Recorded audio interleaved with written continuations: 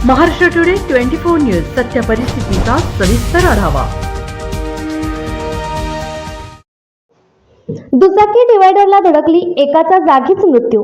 नांदेड जिल्ह्याच्या किनवट तालुक्यातील लोणी गावाजवळील वळणावर डिवायडरला धडक दिल्याने दुचाकीस्वाराचा जागीच मृत्यू। घटनास्थळी आरोग्य विभाग आणि पोलीस विभाग दाखल होऊन मृताला हलवण्यात आले आहे। सदर व्यक्ती हा किनवटकडून माहूरकडे जाताना अपघात झाला। दुचाकीचा क्रमांक MH26 CF 9923।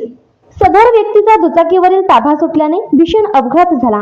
या अपघातात एका व्यक्तीचा जागीच दुर्दैवी मृत्यू झाला असून घटनास्थळी किनवट येथील आरोग्य विभागाचे अधिकारी आणि पोलीस अधिकारी दाखल होऊन मृताला विच्छेदनासाठी हलवण्यात आले आहे। सदर व्यक्ती हा राजस्थानचा असल्याची शंका व्यक्त केली जाते। महाराष्ट्र टुडे मराठीसाठी प्रतिनिधी राजू तराडे, किनवट, नांदेड। आजच महाराष्ट्र टुडे 24 न्यूजला सबस्क्राईब करा आणि सत्य परिस्थितीचा सविस्तर आढावा पहा।